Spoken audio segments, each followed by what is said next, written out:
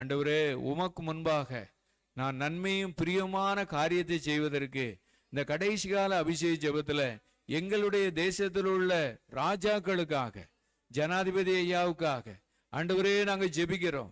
ஆண்டவரே, எங்களுடைய பிரதமர் ஐயாவுக்காக நாங்கள் ஜெபிக்கிறோம். ஆண்டவரே, எல்லா மாநிலத்தில் உள்ள முதல்வருக்காய் நாங்கள் ஜெபிக்கிறோம். ஆண்டவரே, எல்லா மாநிலத்தில் உள்ள கவர்னர்களுக்காய் ஜெபிக்கிறோம்.